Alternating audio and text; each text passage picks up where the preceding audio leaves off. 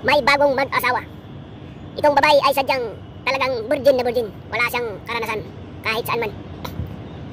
Nasabi niya sa kanyang asawa na, mahal, ituro mo naman kung paano ang tiradas. Dahil ako'y sadyang walang kalam-alam sa bagay na yan. Sabi ng lalaki, ganito na lang yan. Ipaghalimbawa na lang natin na ang iyo ay isang kulungan at ang akin ay isang bilanggo. Kapag ang bilanggo ay nalalabas sa kanyang silda, ay pababalagin natin sa kulungan. At yun na nga ang kanilang ginawa. Di natapos na ang unang laban.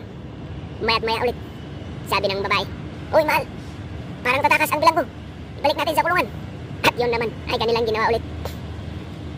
Pagkalipas ng isang oras, sabi naman ng babae, uy mahal, tatakas na naman ang bilanggo. Ibalik natin sa kulungan.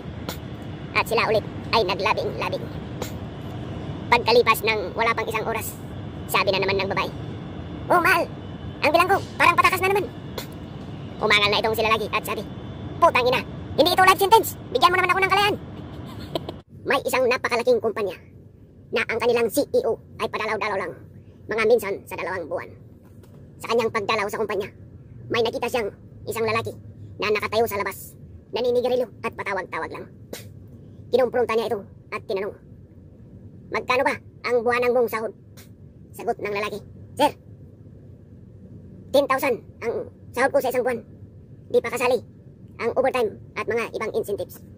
Bumunot sa bulsa ang CEO ng 5,000 at binigay sa kanya. Total ngayon naman ay wala pang katapusan. Umuwi ka na at huwag ka nang magpapakita dito. Umalis naman ang lalaki na may ngiti sa mukha. Pagpasok ng CEO sa loob ng kumpanya, natanong sa gwardya, ano ba ang posisyon ng taong yun?